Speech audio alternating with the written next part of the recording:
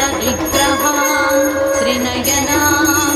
माणिक्यमौलिस्फुरत्तारानायकशेखरां स्मितमुखीमापीनवक्षोरुहां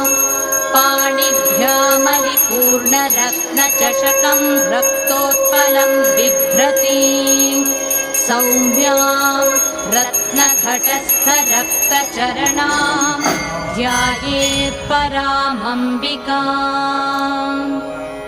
अस्य श्रीललिता सहस्रनामस्तोत्रमाला मन्त्रस्य वशिन्यादिवाग्देवता ऋषयः अनुष्टुप् छन्दः श्रीललिता परमेश्वरी देवता श्रीमद्वाग्भवकूटेति बीजम्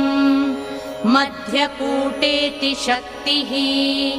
शक्तिकूटेति कीलकम्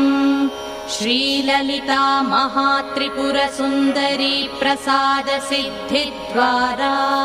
चिन्तितफलावाप्त्यर्थे जपे विनियोगः मूलमन्त्रेण करषडङ्गन्यासान् कृत्वा श्रीमाता श्रीमहाराज्ञी श्रीमत्सिंहासनेश्वरी चिदग्निकुण्डसम्भूता देवकार्यसमुद्यता उद्यद्भानुसहस्राभा